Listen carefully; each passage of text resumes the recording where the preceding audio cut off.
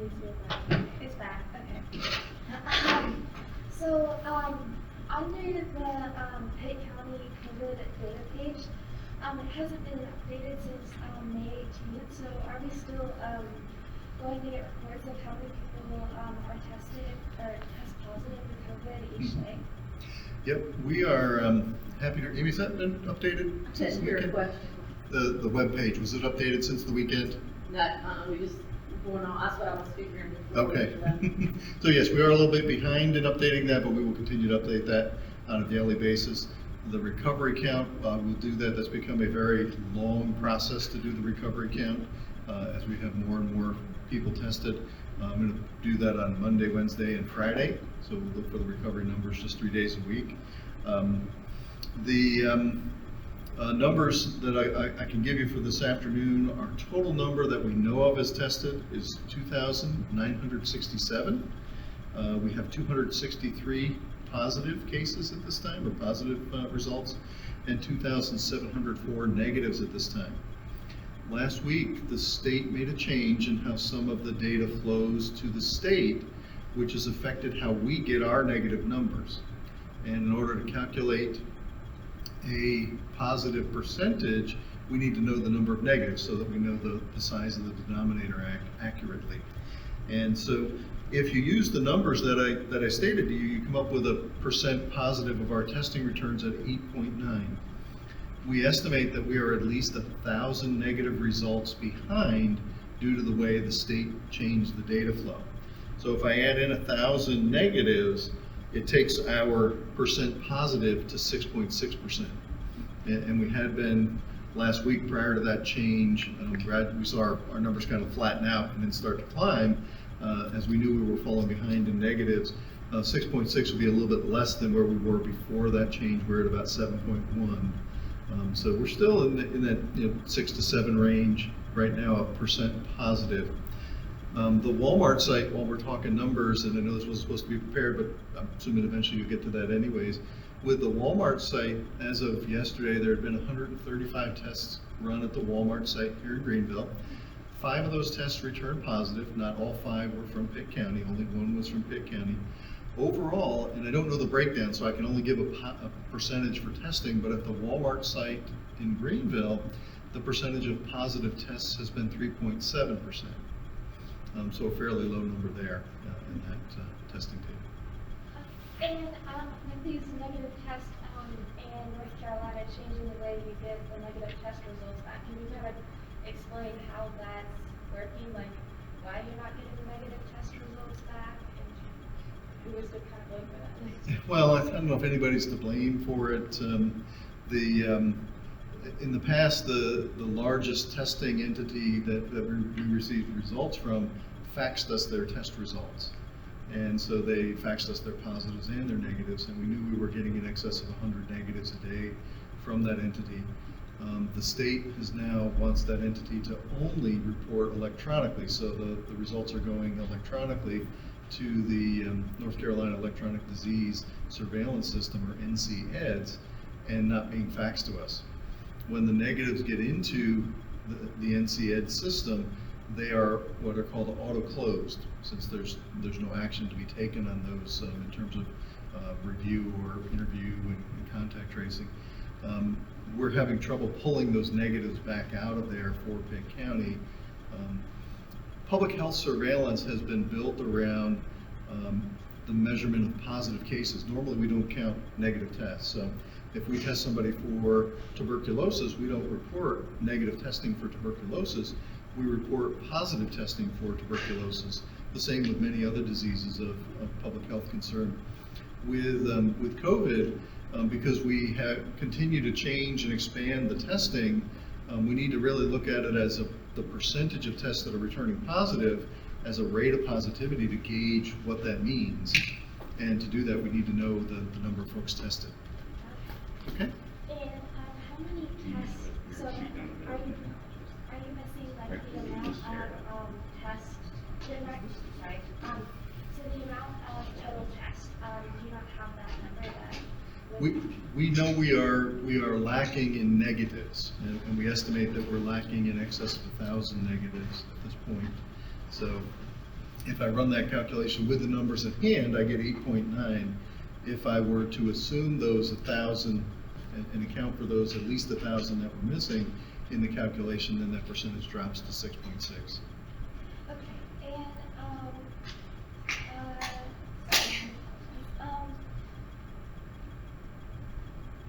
I think there's something. Okay, yeah. Let me just ask you just very broadly, very generically, how is phase 2 reopening going thus far, in your opinion? Well, Craig, I think it's too early to tell. You know, the restrictions or lack of restrictions, change in restrictions, perhaps is the best way to put it, went into effect on Friday at 5 o'clock. So yes, people are moving around more. We won't see that in our testing data because they'd have to be exposed and then develop a reason to be tested or to get tested, you know, without symptoms, to be asymptomatically tested. So we probably won't see if we are going to see a bump, we won't see that for a week, 10 days down the road from the time that the restrictions go into place. Have you received any concerns or complaints about this business isn't doing it the right way, or these people aren't paying attention to the rules? Yes, we have. We have addressed that internally. I don't want to mention any businesses by name, but we summarized those complaints and forwarded those to the appropriate law enforcement agency for their evaluation, because the enforcement of the governor's order falls to local law enforcement.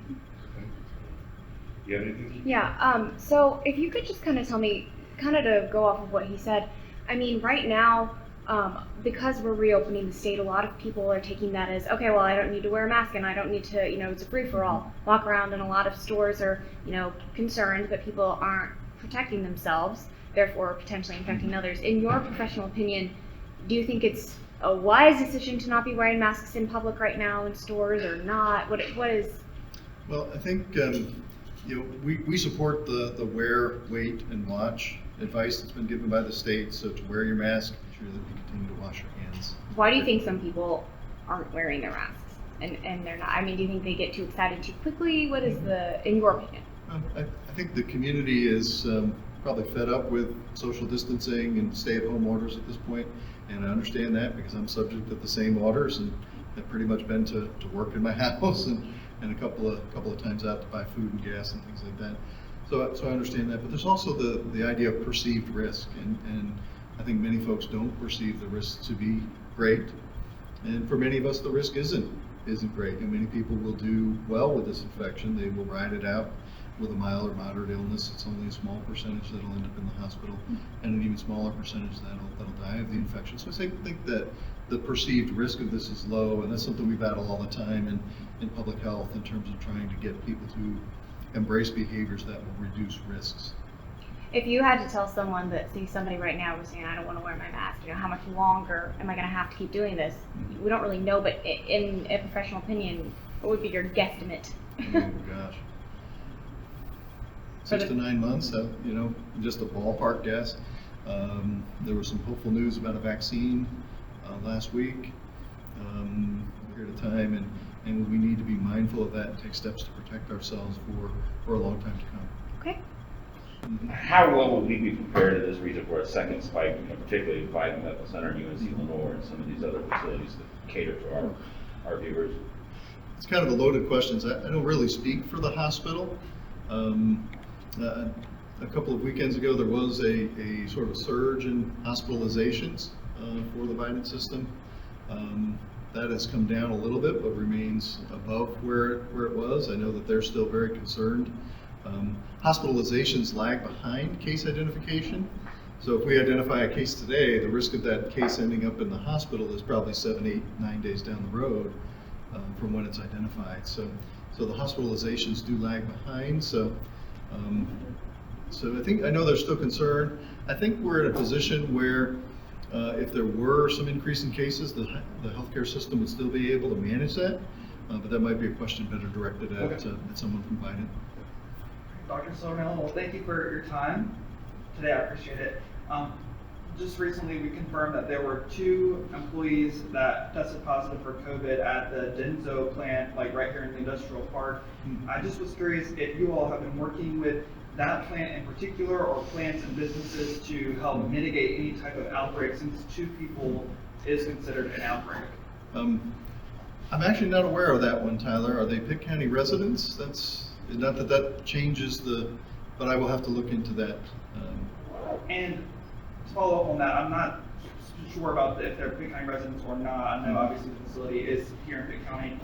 And I guess what are you all doing and what can people do to help ensure that we don't end up like, not to call them out, but Duplin County where you see these plants where the numbers have just skyrocketed into the, I think they have well over 650 cases right now. Yeah, the meatpacking plants are kind of a special example. The close-knit working environment, the high-speed movement, the cold, damp environment, I think that all facilitated the virus transmission in these meatpacking plants is part of the problem with those places.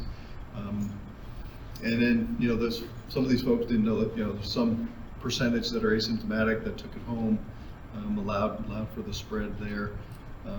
We have been out, I've met with a number of our employers in the county. I have not met with Denso yet.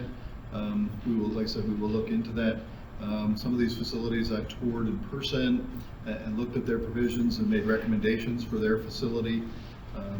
We've provided informational messaging for their employees to help them stop the spread in their facility.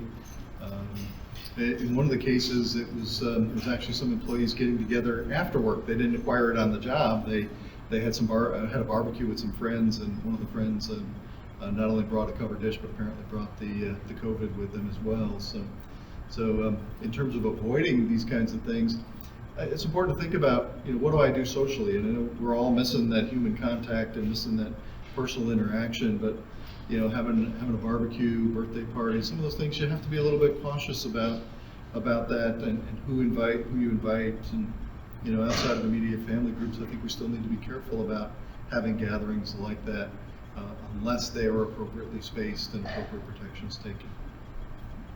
Thank you. I'm good. Yeah, sorry, I had a few more questions. I'm sorry, I'm all Oh, you're fine, Elizabeth. So at the last conference, you said there have been a few days where 10 people tested positive, correct? Where? 10 people have tested positive. Mm-hmm.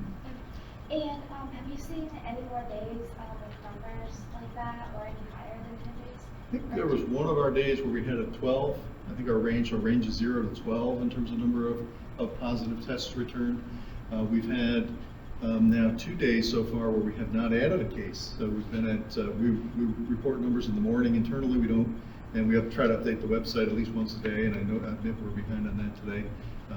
Forgive us for the holiday weekend and being closed. But we've been at 263 since yesterday morning when we came back in the office. So we didn't add a case yesterday, and as of this morning, we had not added a case yet. So I think that's a good thing.